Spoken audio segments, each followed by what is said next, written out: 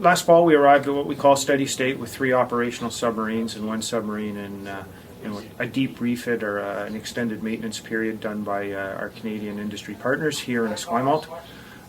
So what that means to us is 3 submarines, 2 currently in Esquimalt, 1 in Halifax, available for operations at sea. Submarines are different than surface ships. To be capable of operating in a maritime environment, it's important to be able to know what's going on above the water, on the surface of the water, and under the water. And submarines are the capability that lets you know what's going on under the water. Some of the other things submarine bring you are persistence.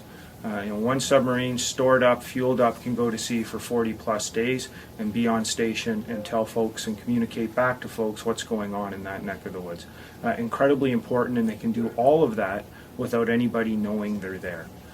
So you see behavior patterns as if people weren't being watched. So criminal activity, untoward activity by an adversary, you can figure out what they're doing, and the right folks ashore who analyze that can then make some smart decisions. Of course, submarine brings tremendous kinetic capability. You've all seen videos on YouTube of heavyweight torpedo attacks, and that's sort of the high-end spectrum of what a submarine brings to the maritime environment. It's certainly expensive. It's expensive for a number of reasons. First and foremost, the safety of the crew and the capability of the submarine. So technically doing the work right, trialing it, proving that it's correct to assure the safety of the submarine and the crew, costs money. And it's important that we do that. I think the capability is significantly important for a combat-capable, multi-role Navy to have, and Canada now has that. Submarines bring tremendous capability just when they're at sea.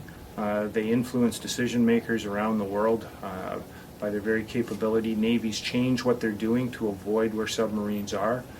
So to have that ability to influence foreign governments is huge. It's important. Whether you're at a time of war, a time of tension, or a time of peace, having that capability and that tool for the government to use as one of its tools of diplomacy is very important.